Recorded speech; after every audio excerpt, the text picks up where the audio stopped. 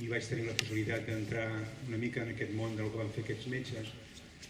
I ho vaig tenir aparcat perquè tenia altres coses durant tots els anys d'assistència mèdica que vaig treballar allà. I quan em vaig jubilar vaig tornar a repescar junt amb un company meu que és en Xavier Granero, que és un traumatòleg, amic, que també ha fet moltes coses d'història de medicina, i vam completar i acabar tots aquells pedrecols que tenia de papers acumulats de treball de història de la penicil·lina, i ara us intentaré resumir. Del centre i aquest impuls de la recerca, sobretot de laboratori, i va seguir amb aquesta línia. I una vegada va passar a ser director del centre, va acollir també igualment tothom que volgués fer recerca. I un dels que va acollir era en Rossend Carrasco i Formiguera.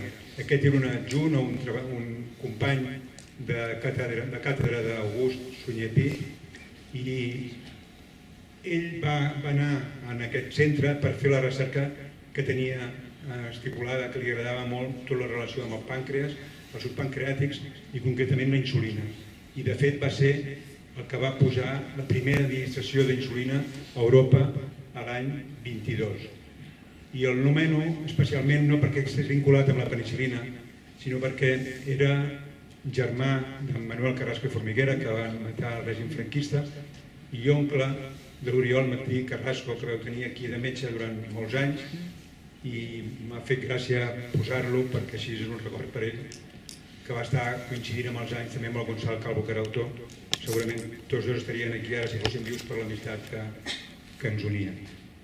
Un altre professor que també es va anar quedar a fer la recerca allà va ser el Pere Domingo, i el Pere Domingo va estar treballant en vacuna de la tuberculosi, va ser el primer que va posar vacuna tuberculosi feta per ells aquí a Barcelona, i li havia proporcionat al doctor Lluís Sayer venint de l'Institut Pasteur de París. Aquesta vacuna que va fer ell és la que es van mantenir amb el temps, i mentre es van aplicar la vacuna era aquesta mateixa que havien fet aquí al Centre Microbiològic. Ho dic perquè hi havia un caldo de cultiu en aquest centre en relació a la recerca. Els que treballaven allà eren gent molt predisposada, donaven 240 pessetes al mes. Això és difícil de comparar amb el que es paga ara, és difícil, però era un sou mínim, estaven fins a migdia, i a la tarda anaven al laboratori del doctor Pau Plana, que era de Sants, del carrer Fontcoberta, que allà tenien una farmàcia, la seva família, i darrere de la farmàcia tenien un petit laboratori que estava permès poder-lo utilitzar. I allà la gent començaven a fer la seva recerca en penicil·lina. En González Juan era una mica el cap d'aquest grup, però ell, el González Juan, es va esdevenir un home important durant la República. L'any 31 va començar la República i li van donar diversos càrrecs. Va ser en el Consell Tècnic de Sanitat de la Generalitat de Catalunya, va estar a la Junta Superior de Sanitat de Catalunya, es va encarregar dels serveis d'anàlisi de depuradors d'aigua del Front d'Aragó, i això li va repercutir quan es va acabar la guerra, en què va haver de marxar. Es va exilar a França uns quants mesos, es va autoexilar, però després va voler tornar, va dir que no aguantava més l'exili, i quan va tornar el van expedientar durant 5 anys, suspendre de sou i de feina. Però això jo crec que va ser bo si ens ho mirem la perspectiva d'ara, perquè van dedicar-se a tota aquesta gent, eren més aviat d'esquerres, tots estaven vigilats durant la guerra, i quan va acabar es van expedientar a tot aquest grup, que són els que formaven part del grup de la penicil·lina catalana. El cap més important va continuar sent el Pere González, i on ho feien perquè no els deixaven treballar ja en aquell centre durant 5 anys, ho van fer en aquesta rebotiga que us dic de laboratori que hi havia a la farmàcia Pau Plana a Sants. Se'ls va fer petit de seguida, llavors van anar a un magatzem que hi havia al carrer Rector Triador, l'antiga carretera de Sarrià, i allà hi van estar uns quants anys més. Estaven capitanejats per el doctor Pere González, hi havia el propi Pau Plana, que era el cap de l'amo de la farmàcia, hi havia el Jaume Sunyer Pi i hi havia Josep Vidal Montner. Eren farmacèutic, un metge, un veterinari, era un equip multidisciplinar. O sigui, ara tenim ganes de fer recerca amb gent de diferents especialitats per anar tots a la una i aprofitar els coneixements de cadascú, i ells ja ho feien fa 75 anys.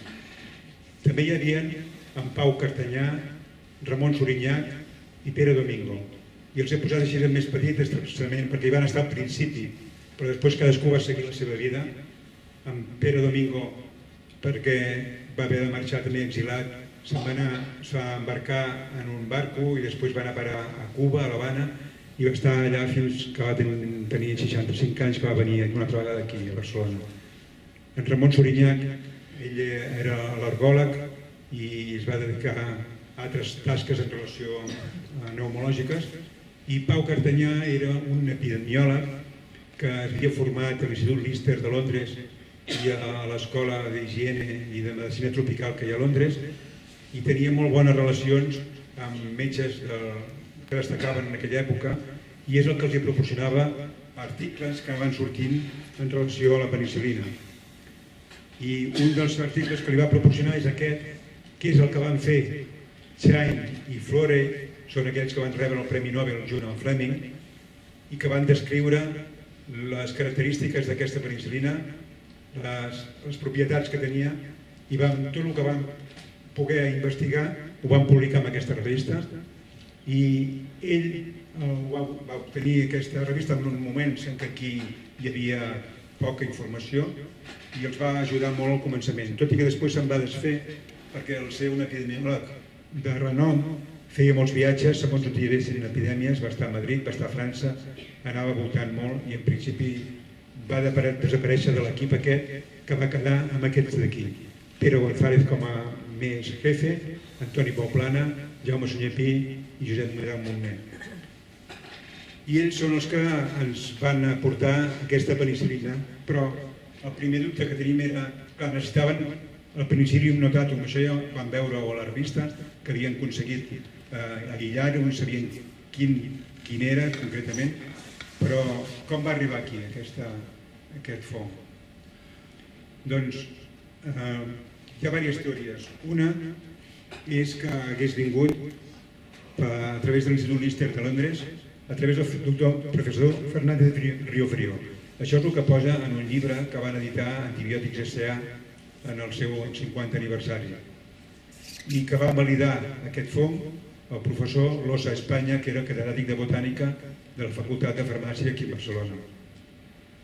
Però hi havia el doctor Josep Trueta treballant a Oxford també, en un centre de recerca, en el mateix centre de recerca que hi treballaven el Chine i el Florey. Hi havia uns departaments i un estava al pis de sota, que era Trueta, i al pis de sobre hi havia Chine i Florey. I en aquest llibre, que és la biografia de Fleming, hi ha un capítol, un apartat, que descriu, no sé si ho llegiu bé, però suposo que no perquè és molt petit, però descriu que hi havia els Chine i Florey que volien punxar penicil·lina per primera vegada en una rata i que no tenien experiència per fer-ho, i van anar a demanar ajuda al pis de sota, que hi havia el doctor Trueta i un altre estudiant amb ell. Doncs van dir, doncs sí, ja venim a punxar-la. I llavors aquí remarca en Fleming que diu: aquí em diuen a mi que jo sóc el primer que vaig injectar penicil·lina en un animal, i no és veritat, jo el que vaig fer és aguantar l'animal perquè John Burners, que era un estudiant que tenia amb ell, és qui la va punxar. O sigui que aquí explica, i sembla que és raonable pensar, que va tenir una relació molt estreta i propera amb una Penicillium notatum.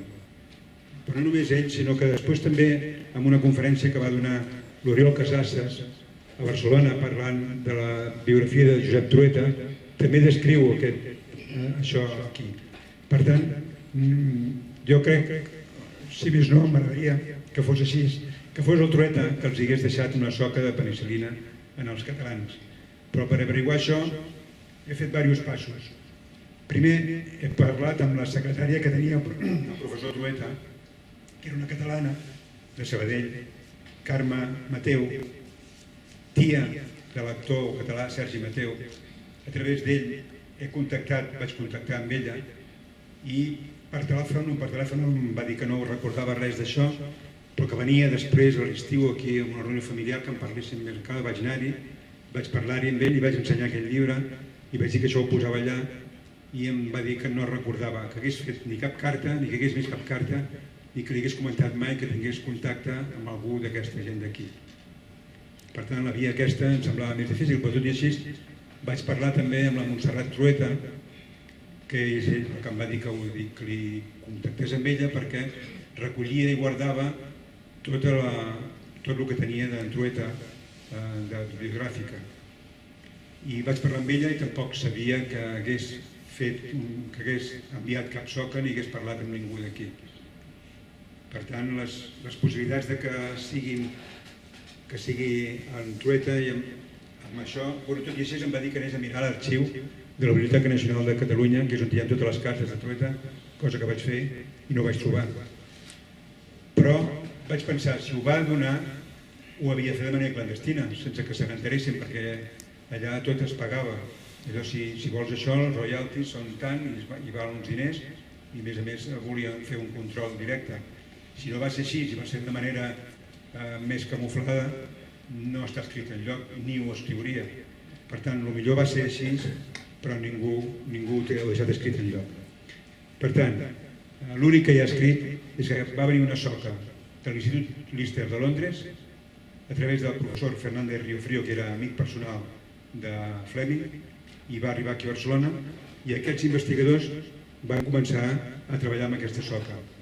Primer la van cultivar, van fer un mitjà enriquit, amb una estufa, a 24-25 graus durant 6 o 7 dies, fins que veien una capa de color groc, que és la penicil·lina. Llavors, el següent pas era separar-la de la part de sobre, la més diferent, era blanca, la separaven, la purificaven amb carbó activat en un sistema cromatogràfic que fan servir a laboratoris, la concentraven amb àcid i la dessecaven amb unes ampolles de rus com aquestes que es posaven així planes amb uns taps de gassa i observaven. Quan veien que ja no quedava gens d'aigua, ja la treien i eren pols. O sigui, la penicil·lina la tenien en pols de color groc. La titulaven segons unitats Oxford i perquè ens féssim una idea, cada centímetre hi havia unes 20-25 unitats, quan ara n'hi ha mils. Però tot i així, ells, amb les seves investigacions, van poder veure que tenia una propietat bactericida, que vol dir capaç de matar, no d'inhibir el creixement, sinó a més capaç de matar, cosa que no s'havia descrit mai fins a llavors. Els anglesos ho van descobrir 2 anys després, però aquí ho van descriure abans. Ho van obtindre més rendiment que els anglesos i menys purificada. Això sí, perquè els feia falta una albúmina que no tenien, l'albúmina de Brockman, que fins al cap de 2 anys no ho van tenir. Mentrestant, a Anglaterra anaven fent les seves investigacions, el Chain i Flore, i en tenien la penicil·lina, que van demanar ajuda als Estats Units per fabricar-la en més quantitat i més ràpid, però no donaven l'abast perquè estaven en plena guerra, les infeccions per ferides eren enormes, i no només això, sinó la quantitat de casos de sífilis i gonorrea era tan important com les infeccions per ferides. O sigui, la necessitat de penicil·lina era devastable. Llavors, per això van anar als Estats Units a veure si es podien fabricar més penicil·lina perquè la necessitaven, i el que els va motivar els americans a fabricar-la ràpid va ser que els japonesos haguessin tirat una bomba, no sé on, però va tenir molta repercussió, i llavors per anar contra ells es van motivar a poder fabricar més penicil·lina, i així ho van fer. Però durant 2 anys ho van guardar com a arma de guerra, o sigui que tenien només pels seus soldats, tot el que produïen i que els arribava era per ells i no enlloc. I això va motivar més a l'equip català, perquè si veien que la penicil·lina funcionava, que ja ho veien, però no en tenien, van pensar, afanyem-nos a produir la nostra, que ens farà falta. Llavors, de seguida, van començar a treballar amb rates, punxaven a la vena de la cua, els hi injectaven penicil·lina, i van veure que estava molt ben tolerada, que no hi havia gens de toxicitat, i un problema era que s'elimina molt pel ronyó, quasi la meitat s'eliminava pel ronyó, cosa que van subsanar associant-ho amb altres productes com l'albúmina. Totes aquestes experiències es van publicar en una revista, la revista Medicina Clínica, que era una revista d'aquí a Barcelona, i al mateix temps altres catalans també van fer la seva, no només aquest equip que dic. Un d'ells era el que ens deia el Joan, Antoni Valls Conforto, que va tenir la idea d'anar al bord a buscar caixes de fruita, sobretot taronges, que es florien i que és un fong, i buscava els productors de penicil·lina, d'aquests fongs. Va funcionar, en va trobar alguns amb poca producció, però en va tenir alguns, i va tenir contacte amb laboratoris Grífols que li van comprar aquests experiments que havia fet i li van pagar uns royalties, i laboratoris Grífols ho va transmetre a la seva casa mare en el moment, que era una empresa suïssa, i no va passar d'aquí, no se'n va saber res més, no crec que fos gaire productiu. Qui sí va aconseguir una mica més van ser els laboratoris Esteve. Tant l'Antoni Oriol Anguera com l'Antoni Esteve també havien estat a l'exili, van tornar junts, es van associar per buscar i produir penicil·lina. Van fer-ho durant uns anys, inclús tenien una mena de conveni a l'Hospital de Sant Pau on anaven a recollir l'orina de malalts que es tractaven amb penicil·lina, perquè així es recuperaven a la meitat, i van publicar en aquestes revistes que us dic, en Medicina Clínica, 2 articles, un que parlava de trets generals sobre la penicil·lina, on estàvem, on va arribar, el 44, i un altre que aportaven experiments personals amb animals i experiència clínica d'una penicil·lina que van passar el doctor Arruga, oftalmòleg, que va fer servir a nivell local, amb pomada, amb conjuntivitis i infeccions d'ull. I sembla ser que va donar bons resultats. Però tampoc va passar d'aquí. Suposo que devien veure que no era rendible econòmicament i va parar la producció. I mentrestant va arribar a Espanya penicil·lina de fora. La primera que va venir va ser el 10 de març.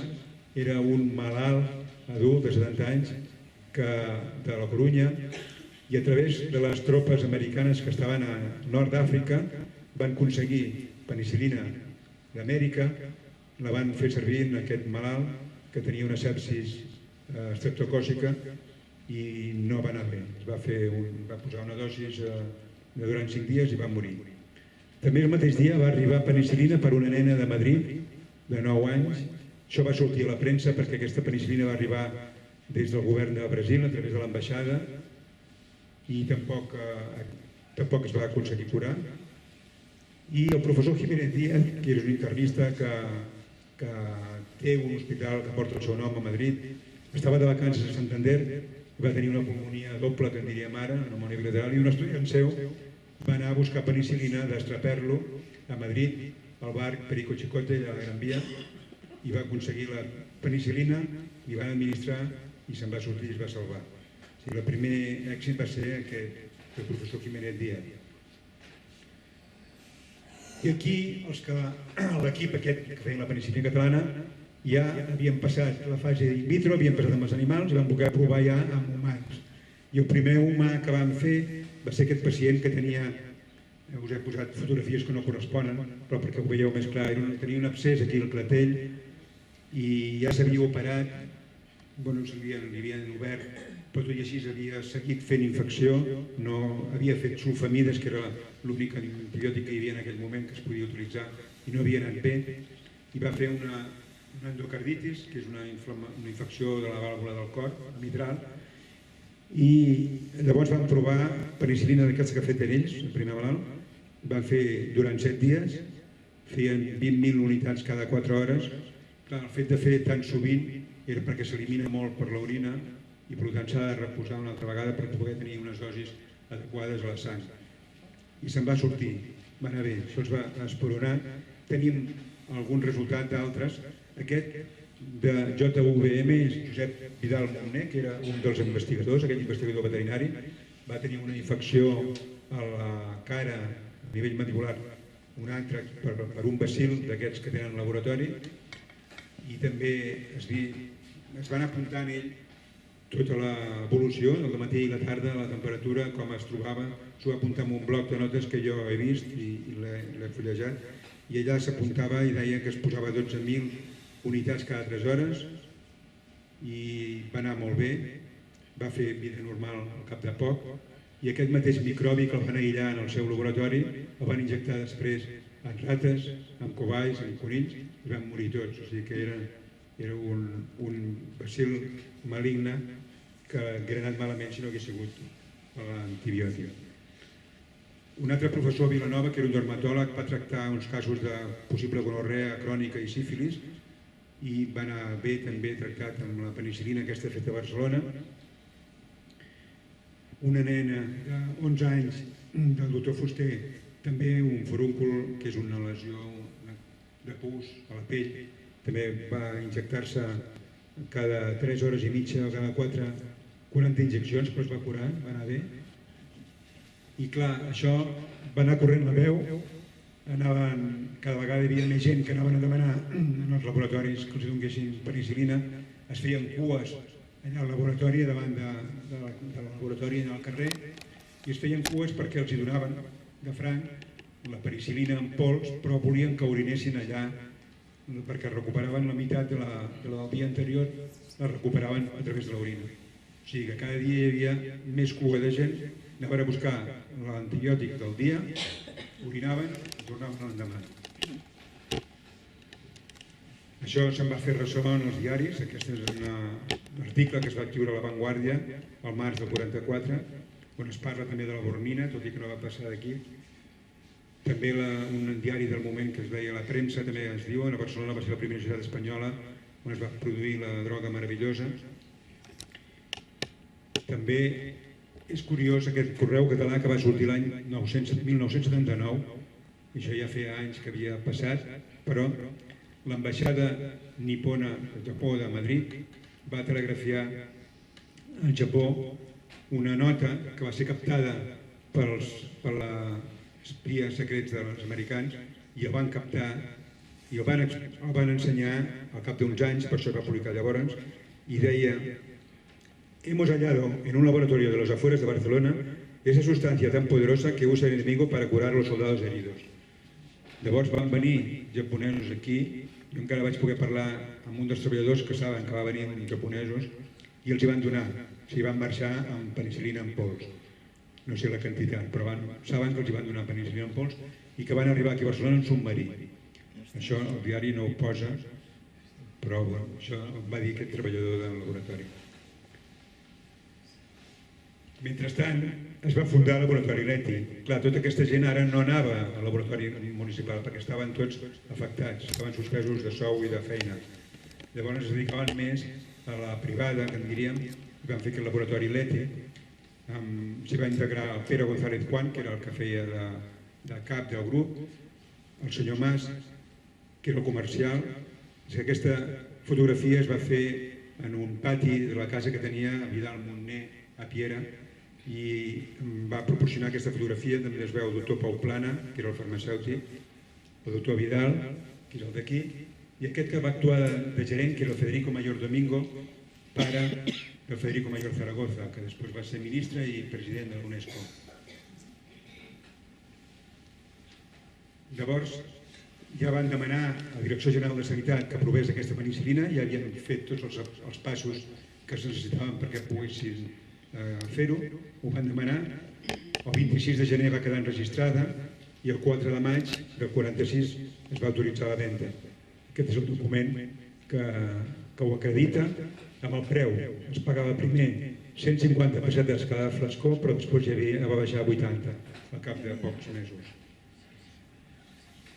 I què els va passar més? La demanda era tan important que els hi faltava a nivell tècnic, tecnològic, estaven molt atrasats i necessitaven una reforma d'aquest sentit i es van associar amb Ukifa, que era un altre laboratori de Barcelona, que aquests sí que tenien un laboratori molt industrialitzat i podien treballar conjuntament i així ho van fer.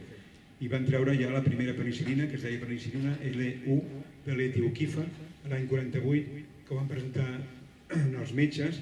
Tenien una producció al principi molt baixa, però de seguida van augmentar 10 vegades més la producció fent servir el cornestip, que és blat de moro, rentaven i aixafaven el blat de moro i el suc aquest era un mitjà molt enriquit per poder fer créixer la penicil·lina. que és el que van utilitzar aquí a Barcelona. A Madrid també hi va haver el laboratori IBIS, que els doctors Burgosti i Urioste van començar primer produint també penicil·lina, però ho van deixar córrer de seguida perquè els sortia més a compte importar la que es feia a Amèrica, i ells el que feien era envasar-la i distribuir-la. O sigui, en aquests moments, durant 4 o 5 anys, a Barcelona només hi havia aquest centre d'aquí, de l'ETI Uquifa, i a Madrid la d'IBIS.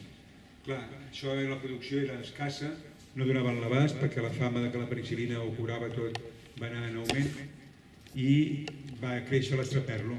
Cada vegada més hi havia negoci soterrani en relació a això. No sé si recordareu la pel·lícula aquella, El tercer hombre, que és del Graham Greene, que era una novel·la però la van fer en cine a l'Orson Welles, i va d'això, va de l'estraperlo que es fa amb la penicil·lina. I mentrestant ve el Fleming aquí a Barcelona. El Fleming va venir amb uns aires de gran home, tota la gent del carrer sortia, es posaven en fila per allà on havia de passar, l'aplaudia quan passava, tenia una gran rellevància. Aquí veiem a les Rambles, les floristes de les Rambles li donen uns rams de flors, no podia anar enlloc sense que hi hagués un bus. Va estar durant 15 dies aquí a Barcelona, després va anar a Madrid 15 dies més i una setmana a Sevilla.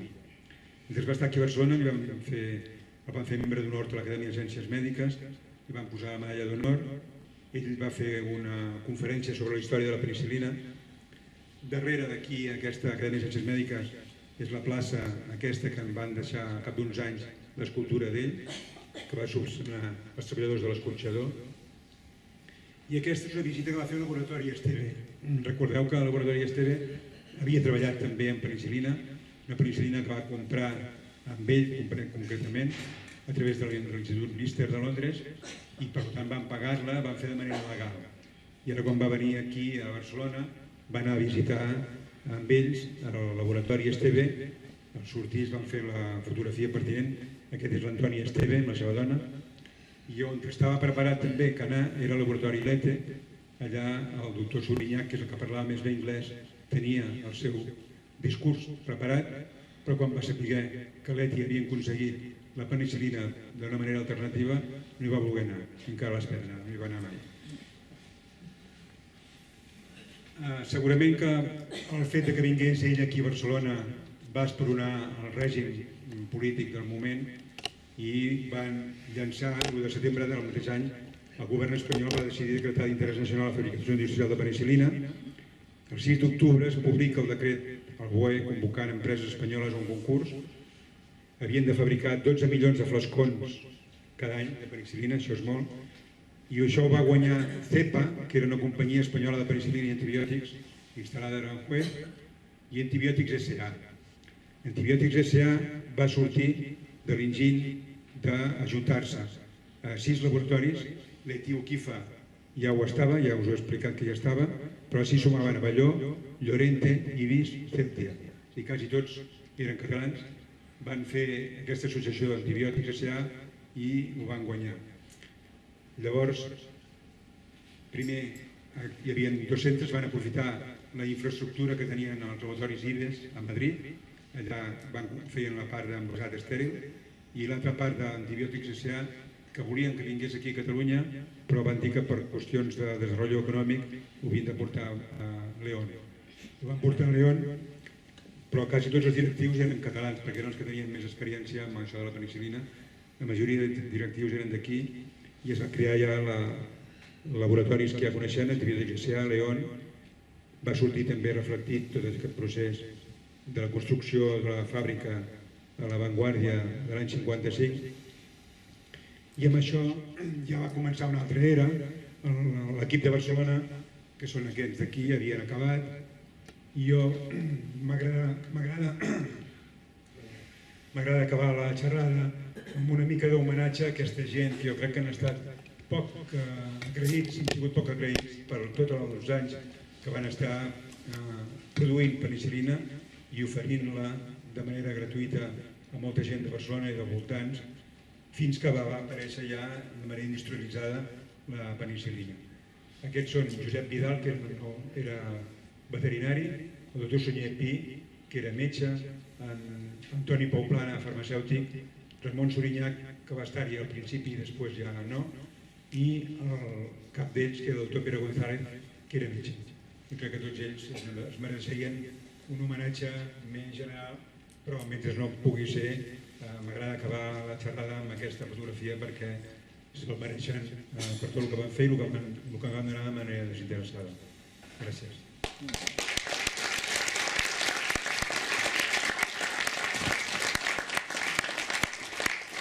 Si voleu preguntar, podeu, no sé si podeu contestar.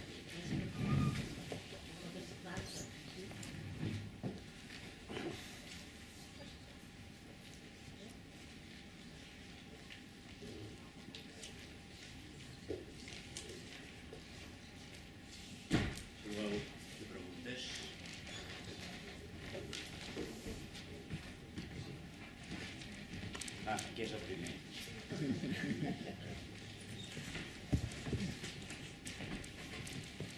Està bé. No, tot aquest esforç tan immens que va haver-hi per desenvolupar antibiòtics ha continuat durant anys, però ara en aquest moment quina és la situació? Els antibiòtics, els microbis els hem guanyat o ens guanyaran? Jo crec que ens guanyaran. Aquí hi ha un expert i un referent en infeccions, que és el doctor Capdevila, i ell segurament podrà contestar millor que jo, però jo crec que de microbis cada vegada les resistències van augmentant, no fem les coses bé i de moment ens guanyen. No sé si el doctor Capdevila pot dir alguna cosa més.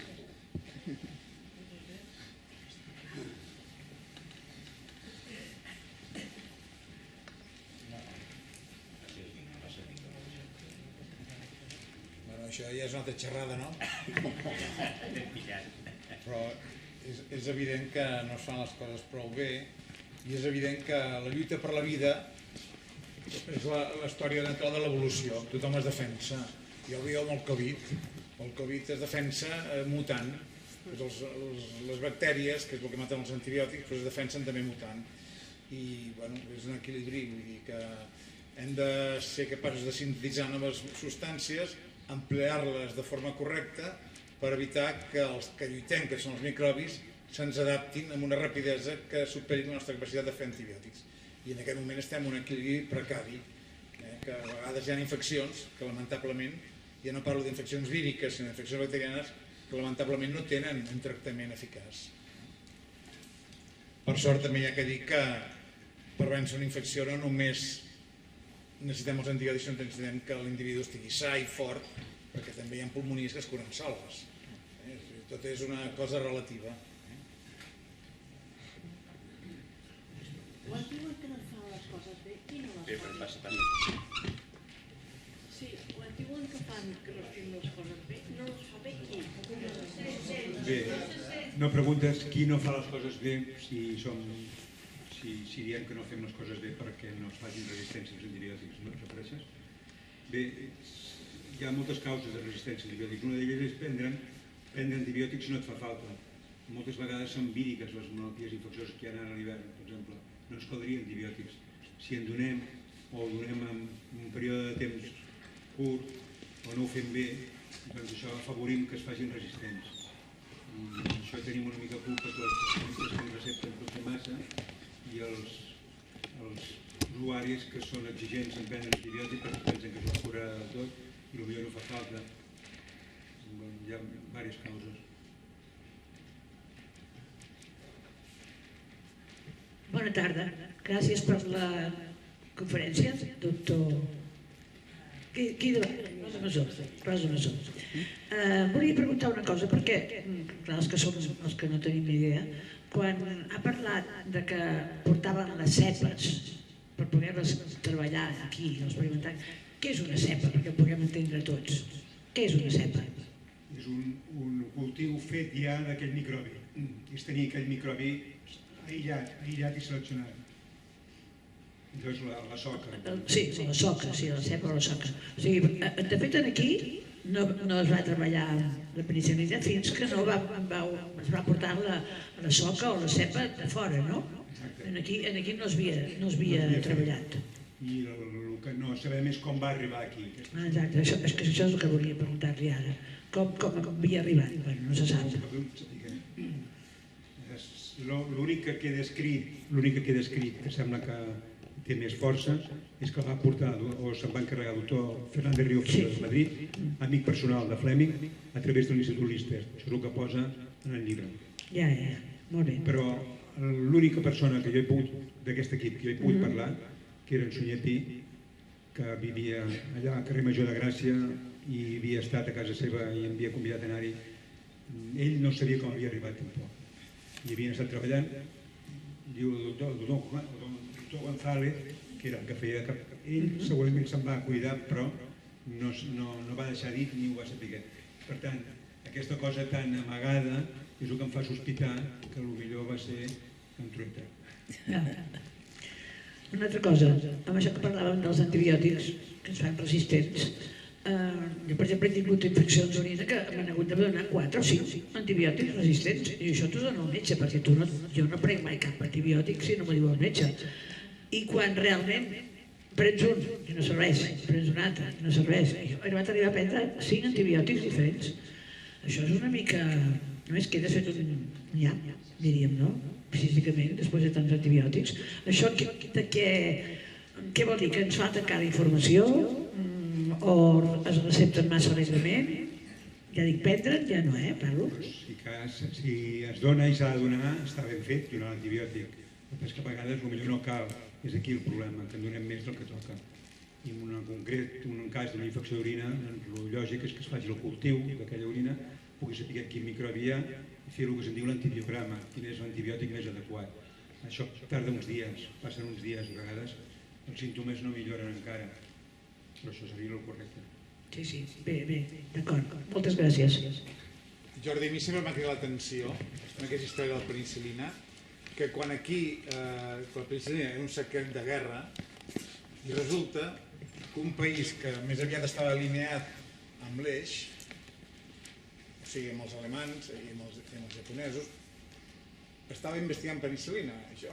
No sé com es menja això, devien fer molt d'estranquis o com va, perquè realment si era un secret dels inglesos i dels americans, que ho treballés un país que més aviat era amic dels alemans, és una mica curiós, no?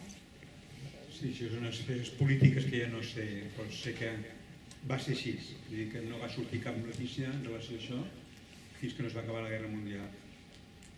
I això aquí li dona més mèrit encara a aquesta gent, perquè sense cap altre mitjà doncs vam poder aconseguir la penicil·lina d'aquí i la vam estar beneficiant, perquè no va venir quan va acabar la guerra, encara va passar uns anys, fins al 48, que van començar a arribar tongades d'antibiòtic aquí. Vull dir que no és només els anys de guerra civil, de guerra mundial, sinó els anys que hi ha després que no es va normalitzar encara la situació.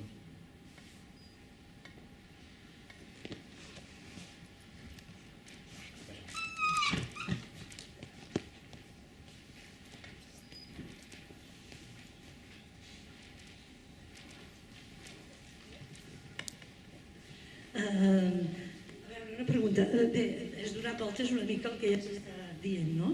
El fet que els antibiòtics es facin resistents, es poden accés, un mal ús d'administrar els antibiòtics. Penso que, ja ho ha dit una companya, que esclar, això és causa d'una mala pràctica mèdica, perquè els usuaris no ens prenem els antibiòtics així com ens mengem una llaminadura.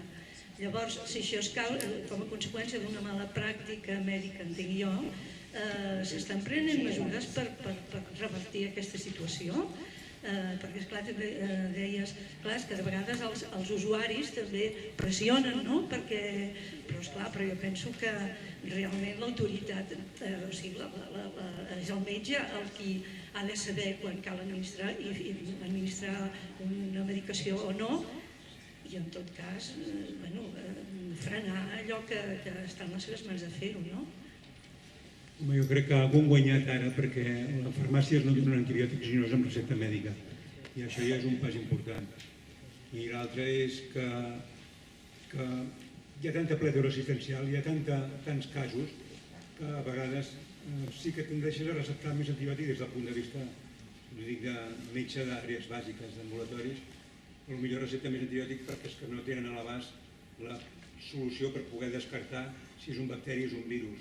Si és un virus no caldria donar antibiòtic, però a vegades això no és fàcil saber-ho de seguida, i el que es fa també ara és esperar 2 o 3 dies, receptar l'antibiòtic i dir al malalt el que se'n diu tractament diferit d'antibiòtic, dir al malalt que si en 3 dies millora no ho prengui, però si no millora comenci.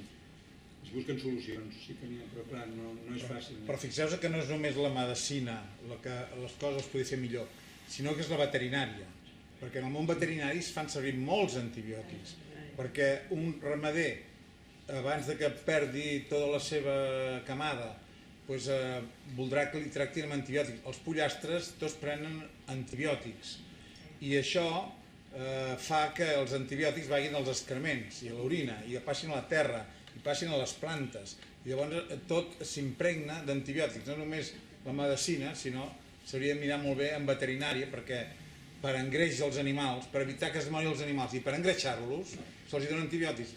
Molts antibiòtics donen gana. Més d'un de vosaltres ha pres antibiòtics i té com una cremor aquí, doncs això s'han fet servir molt els antibiòtics per engreix dels animals, i això és una de les coses que se'n gasten més en veterinària, en veterinària vull dir, amb tot el tema animal, que amb els humans. I l'altre aspecte, perdona, és la recerca, que a vegades surt més a compte a investigar medicaments per la pressió o pel colesterol que no pas per antibiòtics, perquè antibiòtics en dones un cop cada no sé quan i pel colesterol en dones 1000. És això, no? Estàs d'acord, no? Sí. Hola, bona tarda. Jo volia reflectir, totalment d'acord amb el doctor que acaba de parlar, que passa això, però per el que acaba de dir la companya amb el tema mèdic, també hi estic d'acord, però no al 100%, perquè potser d'uns anys cap aquí no, però fa molts anys que hi havia una cultura a nivell de les malalties que si no es donaven antibiòtics, si no només per la part mèdica, perquè se'n podien trobar, la gent volia antibiòtic. I això potser d'uns anys o 10 cap aquí no, però això s'ha viscut. Jo ho he viscut en el món sanitari i fora d'aquest món, no? I tinc una grip, escolta'm, que em donin antibiòtic perquè així ens acabaré abans. I això no era cert, però aquesta cultura hi ha sigut durant molts anys. Sí, tens raó, però sembla que això s'està frenant, ara ja no és tant, perquè hi ha més impediments per prendre un antibiòtic. Però sí que és veritat, donava la sensació de fer antibiòtic és anar més ràpid, curar-se abans, i és que jo haig d'anar a treballar demà, fer-me un antibiòtic, i si pot ser més fort millor, perquè així em podré anar a treballar. És veritat, això ha sigut cultural, però ara em sembla que això ha desaparegut.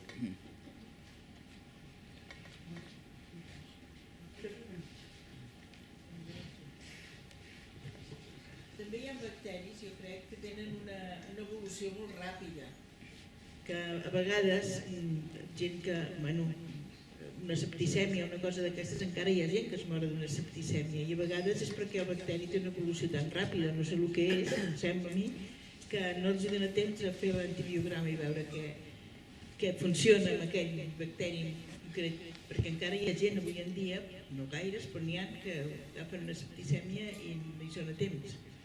Sí, però no és només el microbi, aquí també hi juga molt l'hoste, que se'n diu, que és com està la persona que pateix l'infecció, quina situació immunològica està, de defenses, es podrà defensar o està molt deteriorat.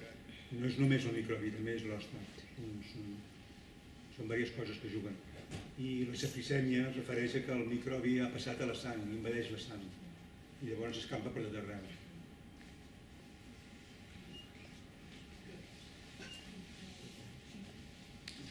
Jo havia tingut un alumne de 6 anys i a casa seva deien que no havia pogut créixer gaire i era molt desmerida, i això passava als anys 65. I deia que era per l'excés de penicil·lina que li havien donat quan era petita. No crec que fos veritat, no crec que sigui això. que patia de la vista o no sé què. Perquè li donaven penicil·lina, potser tenia un problema, que és la causa. La causa no és l'antibiòtic, sinó que és el problema clínic que tenia, que no sé què devia tenir. Quina malaltia tenia? Una variada de madró, Cerdanyola. Gràcies.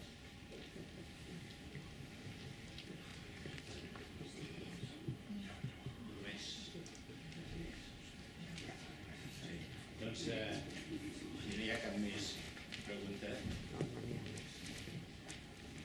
cap més pregunta, doncs moltíssimes gràcies per haver vingut i moltíssimes gràcies, doctor Pirany. A vosaltres.